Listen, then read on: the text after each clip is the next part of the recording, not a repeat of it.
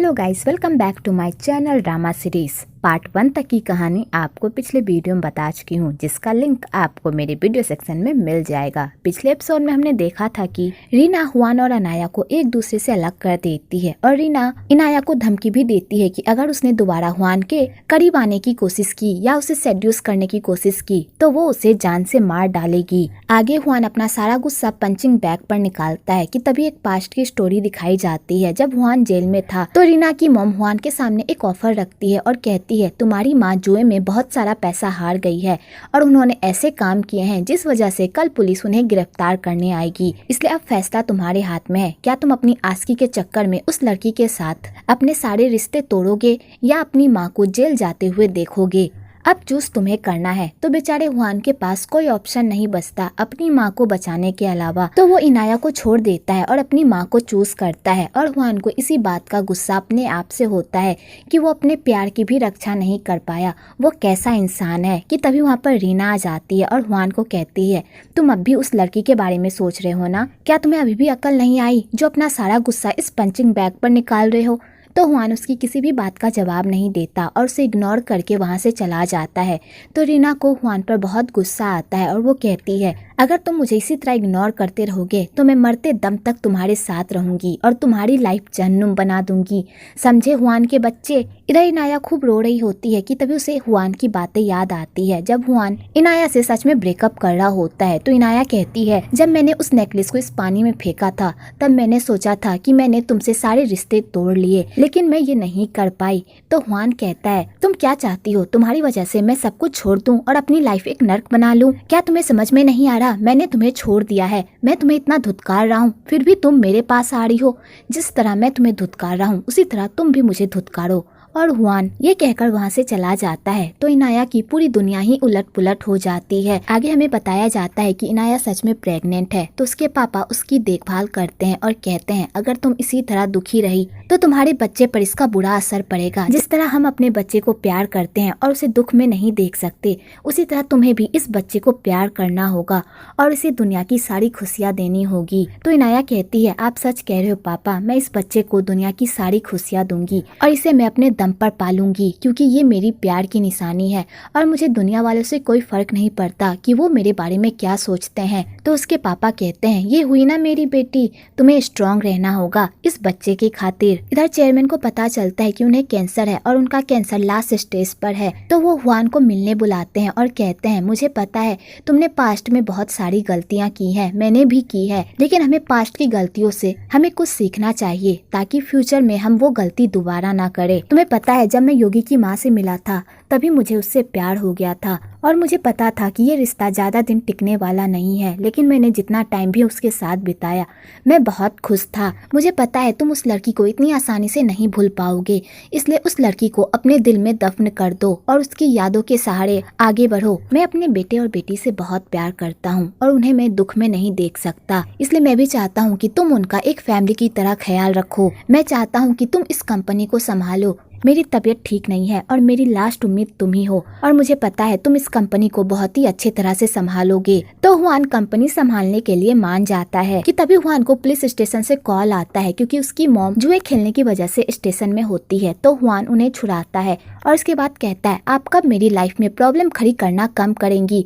आपकी वजह से पता है मुझे क्या कुछ सहना पड़ता है। तो उसकी माँ कहती है तो क्या हो गया, मैंने तुम्हें जन्म दिया है और तुम्हारी जिम्मेदारी बनती है मेरा ख्याल रखने की। तो हुआन कहता है मैं आपसे तंग आ गया हूँ, अगर आपने आइंदा से ऐसी कोई हरकत की तो मैं आपकी हेल्प नहीं करूँगा। और हुआन अपनी मॉम से लड़ाई करके वहाँ से चला जाता है। हुआन की मॉम को देखकर लगता है कि उन्हें हुआन की जरा से भी फिक्र नहीं है, उन्हें बस पैसों से ही मतलब है। आगे जब रीना को पता चलता है कि इनाया प्रेग्नेंट है तो उसका तो खून ही खौल उठता है और वो गुस्से से इनाया के घर जाती है और उसके घर में हंगामा शुरू कर देती है और इनाया को कहती है तुम इस बच्चे के सहारे हुआन के करीब जाने का प्लान बना रही हो, मैं ऐसा कभी भी होने नहीं दूंगी। अगर तुमने हुआन को फिर से सेड्यूस करने की कोशिश की तो मैं तुम्हारी लाइफ हेल बना दूंगी। और रीना इनाया को खूब खड़ी खोटी सुनाती है तो इनाया के भी सब्र का बांध टूट जाता है और वो कहती है इस बच्चे का तुम्हारे पति से कोई लेना देना नहीं है, ये बच्चा मैं खुद पालूंगी क्योंकि ये बच्चा मेरा है और तुम निश्चिंत हो जाओ, मैं मरते दम तक तुम्हारे पति के पास वापस नहीं जाऊंगी, इसलिए यहाँ से दफा हो जाओ। तो रीना कहती है अगर तुमने ऐसा कभी सोचने की भी कोशिश की तो मैं तुम्हें और तुम्हारे बच्चे को जान से मार डालूंगी और तुम याद रखना मेरी नजर तुम दोनों पर है। और रीना इनाया को खूब बुरा भला कहकर वहाँ से चली जाती है।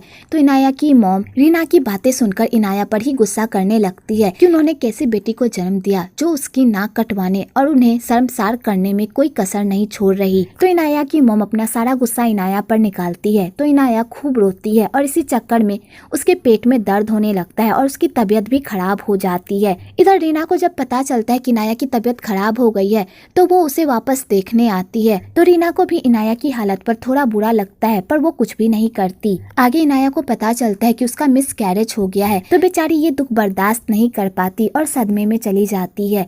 तो उसके पेरेंट्स उसे संभालते हैं। दूसरी तरफ हुआन इनाया की याद में शराब पी रहा होता है कि तभी वहाँ पर रीना आती है हुआन से बात करने के लिए, पर हुआन उससे अच्छे से बात नहीं करता। तो रीना उसके मुंह पर शराब फेंक देती है। तो हुआन कहता है मैं तुम्हें लास्ट वार्निंग दे रहा हूँ, अगर आइंदा से तुमने मेरे साथ ऐसी बदतमीजी करने की कोशिश की तो मैं तुम्हें नहीं छोड़ूंगा। और हुआन वहाँ से जाने लगता है। तो रीना कहती है कम से कम मेरी बात तो सुन लो, मैं तुमसे क्या बात करने आई हूँ, मुझे हम दोनों का बच्चा चाहिए, मैं माँ बनना चाहती हूँ। तो हुआन ये सुनकर शॉक्ड हो जाता है। आगे इनाया अपने आप को संभालने की बहुत कोशिश करती है पर वो अपने आप को नहीं संभाल पाती और उस हॉस्पिटल से डिस्चार्ज होकर जाने लगती है। तो उसकी माँ उसे समझाती है कि अभी उसकी तबीयत ठीक नहीं है, उसे इतनी जल्दी हॉस्पिटल से डिस्चार्ज नहीं लेना चाहिए। पर इनाया कहती है मैं इस हॉस्पिटल में नहीं रह सकती, यहाँ पे हर तरफ बच्चे हैं और उन बच्चों को देखकर मुझे अपने बच्चे की याद आती है, मैं यहाँ पर नहीं रह सकती। तो इनाया की मॉम इनाया के पापा को फोन देती है ताकि वो उसे समझाए और उसे शांत करे कि तभी इनाया के पापा का एक गाड़ी के साथ एक्सीडेंट हो जाता है और वो दोनों हॉस्पिटल में भर्ती हो जाते हैं। तो इनाया अपने माँ पापा की ऐसी हालत देखकर पूरी तरह शॉक्ड हो जाती है। आगे इनाया अपने माँ पापा की देखभाल करती है। आगे डॉक्टर उसे बताते हैं कि उसके पापा की सर्जरी करनी होगी और इसके लिए बहुत सारा पैसा लगेगा और उसने अभी तक हॉस्पिटल बिल भी नहीं भरा है। जब तक वो बिल नहीं भरती तब तक उसके माँ पापा का कोई भी ट्रीटमेंट नहीं हो पाएगा। तो इनाया ये सब सुनकर दुखी हो जाती है और पैसे इंतजाम करने की कोशिश करती है पर उससे कोई भी इंतजाम नहीं हो पाता कि तभी हॉस्पिटल में वो इंश्योरेंस के बारे में सुनती है। तो इनाया को याद आता है कि उसने भी अपने नाम पर इंश्योरेंस करवाया था पर वो इंश्योरेंस उसे मरने के बाद ही मिल पाएगा। तो इनाया डिसाइड कर लेती है कि वो अपने माँ पापा के लिए खुद की जान ले लेगी और उनकी रक्षा करेगी। और इनाया अपने आप को मारने के लिए एक गाड़ी के आगे आ जाती है और यहीं से 5 साल का लीप लिया जाता है। आगे हमें दिखाया जाता है कि इनाया एक गाँव में एक चिकन शॉप चला रही होती है और हमें ये भी बताया जाता है कि इनाया की मॉम की मौत हो गई है पर उसके पापा अभी भी जिंदा है पर वो हॉस्पिटल में है और इनाया उसी चिकन शॉप से अपने पापा का इलाज करवा रही है और अपनी और अपने पापा की लाइफ को बेहतर बनाने के लिए ढेर सारा काम कर रही है। कि तभी वहाँ पर चांसुक आती है और इनाया को कहती है आज तुम्हारी मॉम की बरसी है तो मैं ये पूछने आई थी क्या मैं तुम्हारी मॉम की बरसी के खाने में ग्रीन केक ऐड कर दूं? हाँ जरूर आंटी। और इनाया चिकन डिलीवर करने के लिए चली जाती है। दूसरी तरफ योगी विदेश से वापस आ जाता है क्योंकि विदेश में उसकी गर्लफ्रेंड जेनी ने सुसाइड कर लिया होता है उसके पापा के प्रेशर की वजह से और योगी अपनी गर्लफ्रेंड की मौत को बर्दाश्त नहीं कर पाता और उसका सारा इल्जाम खुद पर लेता है कि उसकी वजह से आज उसकी गर्लफ्रेंड उसके बीच मौजूद नहीं है। आगे योगी जेनी की माँ को उसकी आखिरी निशानी देता है तो जेनी की माँ योगी को एक थप्पड़ खींचकर मारती है और कहती है आज मेरी बेटी मेरे पास नहीं है, ये सब तुम्हारी वजह से हुआ है, तुम्हारी वजह से मेरी बेटी की मौत हुई है, मैं तुम्हें कभी भी माफ नहीं करूंगी। उसके बाद वो लोग चर्च जाते हैं जेनी की आत्मा की शांति के लिए। तो जेनी की माँ योगी पर बहुत गुस्सा करती है पर वो अपने गुस्से को कंट्रोल कर लेती है क्योंकि उसकी बेटी योगी से बहुत प्यार करती थी और अगर जेनी की माँ योगी पर गुस्सा करेगी तो उसकी बेटी को अच्छा नहीं लगेगा। इसलिए जेनी की माँ योगी को वो कलश दे देती है और कहती है इसका अच्छे से ख्याल रखना और वो वहाँ से चली जाती है। दूसरी तरफ हमें हुआन की स्टोरी दिखाई जाती है जहाँ पर हमें ये बताया जाता है कि हुआन और रीना की एक बेटी है जिसका नाम मिसू है। हुआन और रीना की बेटी तो हो गई है पर उन दोनों के बीच अभी भी कोई प्यार नहीं नहीं है। अभी भी हुआन रीना को इग्नोर करता है और रीना हुआन के करीब जाने की कोशिश करती है, पर हुआन उसे अपने आप से दूर धकेलता है क्योंकि हुआन के दिल में अभी भी इनाया ही बसती है। आगे रीना हुआन को कहती है योगी वापस आ गया है, मुझे लगता है पापा योगी को इस बार कंपनी दे देंगे। तो हुआन कहता है मुझे ऐसा नहीं लगता। तो रीना कहती है तुमने इस कंपनी के लिए बहुत मेहनत की है, तुमने इस कंपनी को इतने अच्छे मुकाम तक पहुंचाया है, अगर ये कंपनी योगी के हाथ चली गई तो मुझे बिल्कुल भी अच्छा नहीं लगेगा। तो हुआन कहता है मैं पापा को अच्छे से जानता हूँ, वो ऐसा कभी भी नहीं करेंगे क्योंकि उनकी हेल्थ कंडीशन मेरे कंट्रोल में है और कंपनी भी। तो रीना कहती है अगर योगी वापस आ गया तो पापा को तुम्हारी मेहनत जरा सी भी नहीं दिखेगी, उन्हें बस अपना बेटा दिखेगा। और तुम योगी को कम मत समझो, अगर वो अपने आप पर आ गया तो वो हम लोगों को मात देने से पीछे नहीं हटेगा, क्योंकि तुम्हें भी पता है कि योगी अगर कुछ ठान लेता है तो उसे वो पूरा करके रहता है। तो हुआन कहता है तुम बेकार की ही चिंता कर रही हो, ऐसा कुछ भी नहीं होगा। आगे योगी उसी गाँव में जाता है अपनी गर्लफ्रेंड की अस्थियों को लेकर। तो इनाया भी उसी रास्ते से रही होती है तो एक्सीडेंटली वो योगी पर पानी फेंक देती है।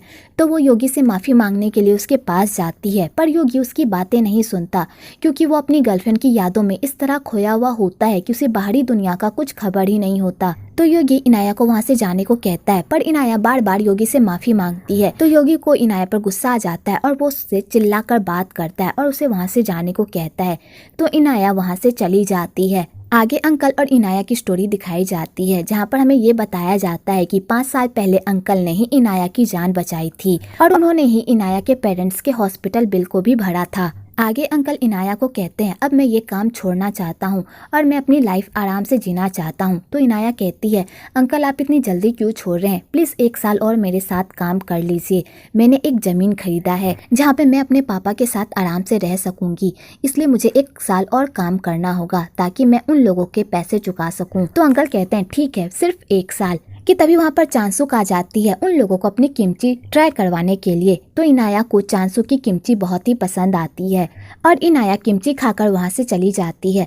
तो चांसुक अंकल पर डोरे डालने लगती है। चांसुक अंकल से बहुत प्यार करती है पर अंकल उन्हें भाव ही नहीं देते, पर चांसुक भी हार नहीं मानती और वो अपनी पूरी कोशिश करती है अंकल को पटाने की। इधर हुआन भी उसी गाँव में आता है एक प्रोजेक्ट के सिलसिले से और उसके साथ रीना और मीसू भी आते हैं। तो रीना कहती है ये कितनी गंदी जगह है। तो मीसू कहती है हम आपकी वजह से ही यहाँ पर आए हैं मॉम, अगर आप जिद नहीं करती तो हम यहाँ पर नहीं आते। तो रीना कहती है बहुत मुश्किल से हम तीनों को एक साथ टाइम बिताने का मौका मिलता है और मैं इस मौके को नहीं गंवाना चाहती थी। वेल आपको यहाँ पर माँ बेटी का प्यार भी देखने को मिलेगा क्योंकि रीना मीसू से अपनी जान से भी ज्यादा प्यार करती है। इधर योगी जेनी से बात करता है और कहता है आखिरकार तुमने मेरे साथ ऐसा क्यों किया, हम दोनों एक दूसरे से बहुत प्यार करते थे ना, फिर तुम मुझे यहाँ पर अकेला छोड़कर क्यों चली गई। तुमने मुझे बहुत बड़ी चोट पहुंचाई है जिसे मैं जिंदगी भर नहीं भूल सकता और मैं तुम्हें कभी भी माफ नहीं करूंगा। और योगी अपनी गर्लफ्रेंड को याद करके खूब रोता है। इधर इनाया अपनी माँ की बरसी मनाती है, उसके बाद वो तीनों मिलकर ड्रिंक करते हैं। तो चांसुक नशे की हालत में अपनी स्टोरी बताती है और कहती है जब मैं 19 साल की थी तब मैंने एक इंसान से प्यार किया था और उससे मैंने शादी भी की, लेकिन 6 महीने बाद उसकी मौत हो गई। तो मैंने सोचा मैं इस दुनिया की सबसे अनलकी पर्सन हूँ, लेकिन बाद में फिर से मुझे प्यार हो गया, फिर से मैंने शादी की, 1 साल बाद फिर से उसकी मौत हो गई। तो अंकल कहते हैं जितनी बार भी मैं तुम्हारी ये स्टोरी सुनता हूँ मुझे डर लगने लगता है। तो चांसू अंकल को घूर घूर कर देखने लगती है। तो अंकल कहते हैं मैं तुमसे कभी भी शादी नहीं करूंगा क्योंकि मैं मरना नहीं चाहता। तो चांसू कहती है मैंने कब कहा मुझसे शादी करो, मैं तो बस इतना कहती हूँ चलो एक बच्चा करते हैं, मैं तुम्हारे बच्चे की माँ बनना चाहती हूँ, प्लीज मुझे ये सुख दे दो। तो अंकल कहते हैं अब मुझ में इतनी एनर्जी नहीं है और अंकल बहाना बनाकर वहाँ से चले जाते हैं। आगे चांसू इनाया को कहती है तुम इतनी खूबसूरत जवान हो, तुमने अभी तक शादी क्यों नहीं की, तुम्हें एक लड़की को ढूंढकर शादी कर लेनी चाहिए। तो इनाया कहती है एक लड़के पर अपनी एनर्जी वेस्ट करने से अच्छा मैं कोई संपत्ति ही खरीद लूं ताकि मैं अमीर हो जाऊं। आगे सब वहाँ से चले जाते हैं। तो इनाया साफ सफाई कर कर गंदा पानी बाहर फेंकने जाती है, तो वो गंदा पानी योगी के ऊपर फेंक देती है। तो योगी इनाया को देखकर शॉक्ड हो जाता है और कहता है फिर से तुम। कि तभी वहाँ पर अंकल आ जाते हैं और योगी को कहते हैं योगी तुम यहाँ पर क्या कर रहे हो। आगे अंकल और योगी ड्रिंक करने जाते हैं। तो अंकल योगी को कहते हैं जेनी की मौत एक हादसा थी, ना ही उसमें तुम्हारे पापा की गलती थी और ना ही तुम्हारी। तुम्हारी, इसलिए खुद को ब्लेम करना बंद करो। तो योगी कहता है जब भी मैं अपने बाप को देखता हूँ तो मेरे सामने वो सारी यादें वापस आ जाती है जिसे मैं भूलना चाहता हूँ, मैं उन्हें कभी भी माफ नहीं करूँगा। हमें यहाँ पर ये बताया जाता है कि योगी और अंकल एक दूसरे को जानते हैं, क्योंकि जो योगी की माँ थी अंकल उससे प्यार करते थे, पर योगी की माँ चेयरमैन से प्यार करती थी और उन्हीं की याद में कम उम्र में ही उनकी मौत हो गई। आगे अंकल योगी को संभालते हैं और वो लोग खूब ड्रिंक करके बीच पर जाते हैं। तो योगी अपनी मरी हुई गर्लफ्रेंड को कहता है तुमने यहाँ पर मुझे मरने के लिए छोड़ दिया ना, मैं तुम्हें एक अच्छी लाइफ जीकर दिखाऊंगा और मैं तुम्हें हमेशा हमेशा के लिए भूल जाऊंगा। तो अंकल कहते हैं इस दुनिया में बहुत सारी लड़कियां हैं जो उससे भी ज्यादा सुंदर है, तुम उन पर ध्यान दो ना। तो योगी कहता है शायद मैं इस लाइफ में दोबारा प्यार ना कर पाऊँ, मैंने उस लड़की को खो दिया जिससे मैंने टूटकर प्यार किया, पता नहीं मैं उसके बिना अपनी लाइफ कैसे जीऊंगा। आगे अंकल योगी से पूछते हैं कि वो यहाँ पर क्या कर रहा है और कब तक यहाँ पर रहेगा। तो योगी कहता है वो यहाँ पर एक प्रोजेक्ट के काम से आया है। तो अंकल कहते हैं कौन सा प्रोजेक्ट। तो योगी कहता है मैंने यहाँ पर एक घर खरीदा है और जब तक वो प्रोजेक्ट पूरा नहीं हो जाता तब तक मैं यहीं पर रहूंगा। अगले दिन चांसू इनाया को बताती है कि उसने जिस स्कूल को खरीदा था उस स्कूल को किसी और ने भी खरीद लिया है। तो इनाया ये सुनकर शॉक्ड हो जाती है। आगे इनाया को पता चलता है कि उसके साथ धोखाधड़ी हुई है, उसने अपनी सारी जमा पूंजी एक कॉन आर्टिस्ट को दे दी जो उसके पैसे लेकर वहां से भाग गया। तो इनाया उसी जमीन पर जाती है योगी से बात करने के लिए और उसे पूरी बात बताती है। तो योगी कहता है इससे मेरा क्या लेना देना, तुम्हें एक कॉन आर्टिस्ट ने ठगा है तो इसमें मेरी क्या गलती। तो इनाया कहती है तुमने इस जमीन को खरीदने के लिए पूरे पैसे दिए होंगे, मैंने भी दिए थे, कम से कम मेरे पैसे ही तो दे दो, मैंने बहुत मेहनत से वो पैसे जमा किए थे, प्लीज मेरे वो पैसे वापस कर दो। तो योगी कहता है मैंने तुम्हारे कोई पैसे नहीं लिए हैं, इसलिए मैं तुम्हें कुछ भी नहीं दूंगा, इसलिए यहाँ से चली जाओ। और योगी ये कहकर वहाँ से चला जाता है। तो इनाया को योगी पर बहुत ही गुस्सा आता है कि तभी योगी देखता है कि इनाया के बगल में एक सांप है। तो योगी इनाया को रुकने को कहता है और योगी इनाया को गोदी में उठा लेता है। तो इनाया कहती है तुम ये क्या कर रहे हो। तो योगी कहता है तुम्हारे पैर के पास सांप था। तो इनाया जैसे ही सांप का नाम सुनती है उसके तो तोते ही उड़ जाते हैं और वो चिल्लाने लगती है और योगी को कसकर पकड़ने लगती है। और यहीं पर पार्ट 2 खत्म होता है। अगर आपको ये वीडियो अच्छी लगी हो तो एक लाइक जरूर करें और मेरे चैनल को सब्सक्राइब करना तो बिल्कुल ना भूले।